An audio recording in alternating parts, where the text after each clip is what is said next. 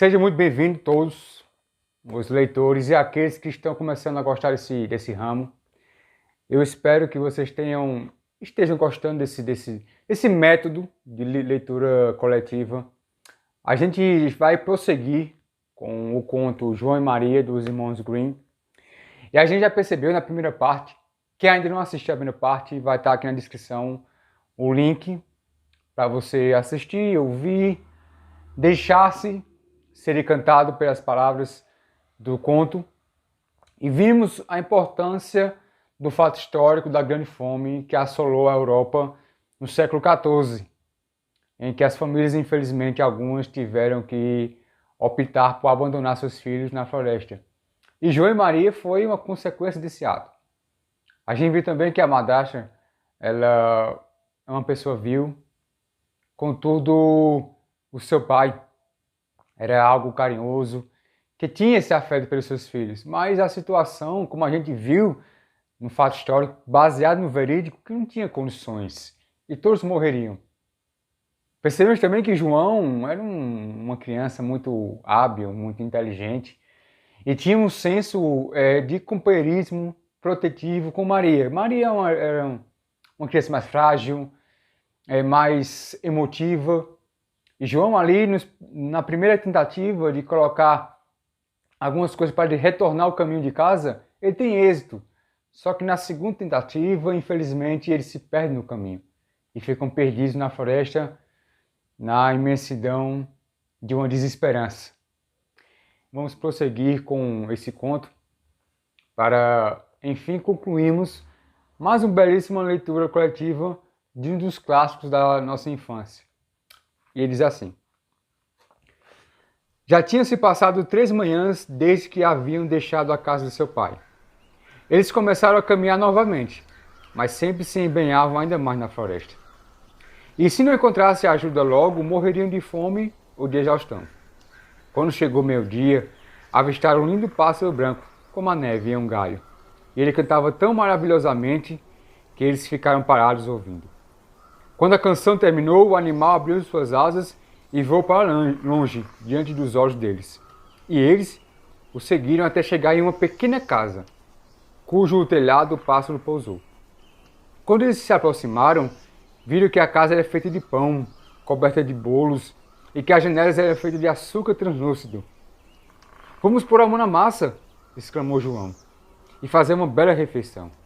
Eu comerei um pouco do telhado e você, Maria, pode comer um pouco da janela. Será docinha. João esticou o braço e quebrou um pedacinho do telhado para prová-lo. E Maria se apoiou na janela e mordiscou as vidraças. Então, uma voz suave gritou de dentro de casa: morde, morde, rói, rói. Quem é que minha casa destrói? As crianças responderam: o vento, o celestial vento. E continuaram comendo, sem se perturbar.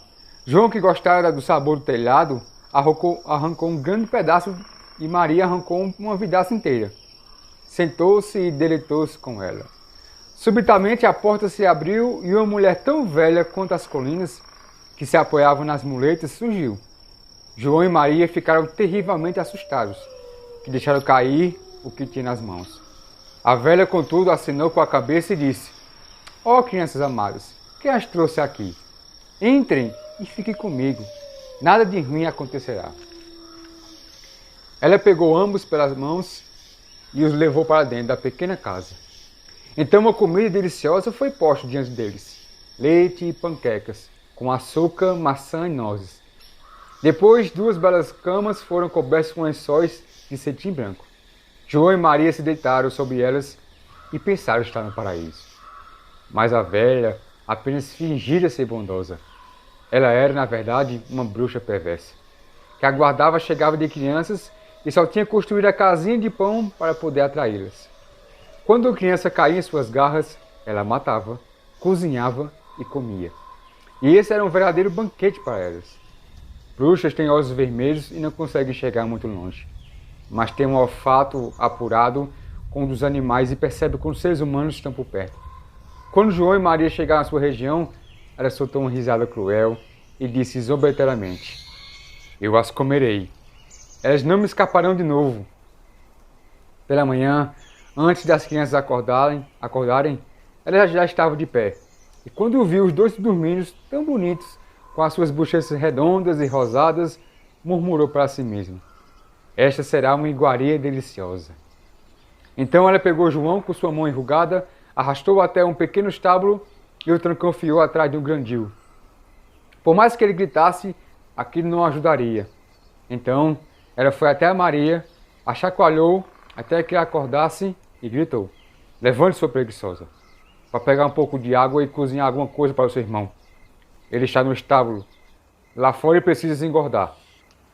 Quando estiver gorducho, eu o comerei. Maria começou a chorar amarguramente. Mas tudo foi em vão, pois ela foi forçada a fazer o que a bruxa perversa havia mandado. Então as melhores comidas eram preparadas para o pobre João. Porém Maria só ganhava cascas de caranguejo. Todas as manhãs, a mulher ia até o pequeno estábulo e gritava: João, mostre seu dedinho, para eu ver se logo estará gordinho. João, no entanto, estendia um pequeno osso para ela tocar, e a velha não conseguia enxergar e achava que se tratava do dedo de João, ficando pasma por não haver forma de engordá-lo. Quando 4 semanas já haviam se passado e João continuava magricelo, ela foi tomada pela impaciência e decidiu não esperar mais. Agora, Maria, mexa-se e traga um pouco de água. Gordo ou magro, amanhã eu matarei João e o comerei. Ah, como a pobre mãzinha lamentou quando precisou ir buscar água e com as lágrimas escorriam por suas bochechas. Seu amado, ajude-nos, choramingou ela. Se os animais selvagens da floresta tivessem nos devorado, ao menos teríamos morrido juntos. Guarde seus lamentos para você, disse a velha. Não lhe servirão de nada. Pela manhã, Maria teve de sair, pendurar o caldeirão com água e acender o fogo. Nós vamos assar o pão primeiro, explicou a velha. Já esquentei o forno e preparei a mesa. Ela empurrou o pobre Maria até o forno, na qual flamejava grandes labaredas. Entre, ordenou a bruxa, para ver se está bem aquecido, para podermos colocar o pão. Assim que Maria entrasse, ela pretendia fechar o forno e assá-la. E então a comeria também. Porém Maria percebeu o que ela tinha em mente e disse: Não sei como devo fazê-lo. Como posso entrar? Sua tola, respondeu a velha. A porta é bem grande, eu mesmo consigo entrar. E aproximou-se do forno, enfiando a cabeça de dentro. Então Maria lhe deu um empurrão, que a mandou mais para dentro ainda. Fechou a porta do ferro e o trinco. Então ela começou a uivar de um jeito bastante horroroso. Mas Maria saiu correndo, e a bruxa desalmada acabou morrendo queimada. Maria, no entanto, correu como um raio até João, abriu a porta do estábulo e gritou: João, estamos salvos, a velha bruxa está morta. Então, quando a porta se abriu, João saltitou como um passarinho para fora de sua gaiola. Como eles comemoraram, se abraçaram e dançaram e se beijaram. E como não precisavam mais temer a bruxa, entraram na casa e em todos os cantos haviam baús repletos de pérolas e jóias. Isso é muito melhor do que pedras, exclamou João, enfiando tudo o que podia nos bolsos. E Maria disse: Eu também levarei comigo algo para minha casa. E encheu seu avental até não caber mais. Mas agora precisamos ir, alertou João, para podermos sair dessa floresta da bruxa. Depois de terem andado por 2 horas, eles chegaram a um enorme rio. Não é possível atravessar, observou João. Não há passarela, nem tampouco ponte. E também não há barco, comentou Maria. Mas tem um pato nadando lá. Se eu pedir, ele irá nos ajudar. Então ela gritou: Patinho, Patinho, Vovig, vem aqui. Que João e Maria esperam por ti. Não há ponte nem barco para atravessar, então tuas costas queremos montar. O pato foi até eles e João sentou-se em suas costas e disse à irmã que estava ao seu lado: Não, respondeu Maria, seria pesado demais para o patinho. Ele precisa nos levar para o outro lado, um e depois o outro. O bondoso patinho fez. Assim que estavam em segurança do outro lado, e após caminhar um pouco, a floresta pareceu cada vez mais familiar, até que finalmente eles avistaram ao longe a casa de seu pai. Então começaram a correr, entraram desembestadamente na sala e se estiraram no pescoço do pai. O homem não se sentia feliz nem por uma hora, desde que deixou as crianças na floresta. A esposa, no entanto, estava morta. Maria esvaziou o avental até pérolas e pedras preciosas rolarem pela sala. E João acrescentou outro punhado de riquezas, que pegou. Enfim, toda a ansiedade chegou ao fim e eles viveram juntos na mais perfeita felicidade. Concluímos aqui o conto dos irmãos Grimm e tem coisas aqui que confesso a vocês que a gente vai desmembrar de uma forma mais explicativa. Primeiro, a bruxa.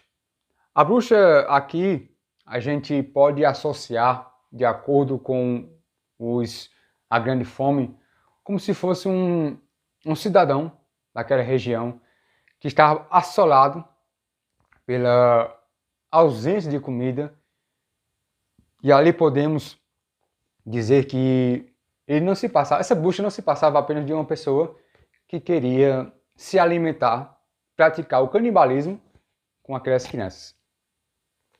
E também a questão quando eles voltaram para casa e viram sua madrasta morta, também podemos enfatizar que certamente a fome a atacou e ela não suportou mais, então veio a falecer. Ou o terrível destino, ou a culpa, o remorso, lhe fez o castigo de fazer coisas tão vis com João e Maria. É um conto que pode se colocar numa visão mais infantil, de que João e Maria conheceram uma casinha de chocolate, de doces, e ali ficaram. Só que a gente vê aqui no conto que a ênfase que a bruxa dá em querer devorar as crianças, isso concilia muito com o estado crítico que passavam os europeus naquele momento. Então, João e Maria aqui enfatizam, esse conto enfatiza ainda mais, esse momento tão absurdo que vivia os europeus na Grande Fome.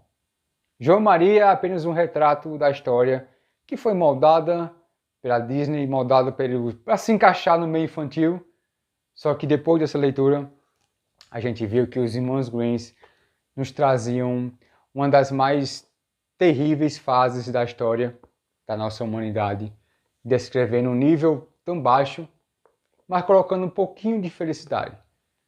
E a Grande Fome teve sim um findar, que finalmente, depois de 1318, as coisas voltaram ao normal, a comida vinha pouco a pouco voltando aos seus eixos, as pessoas se alimentavam, só que a Grande Fome deixou espaço para grandes e terríveis futuras consequências.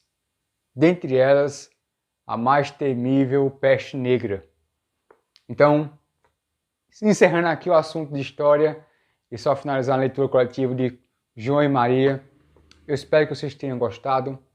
Fiquem atentos, curtam, comentem, compartilhem com seus amigos, porque a leitura é essencial. E pouco a pouco a gente vai aprender do que apenas ler, a gente vai interpretar os nossos conceitos literários.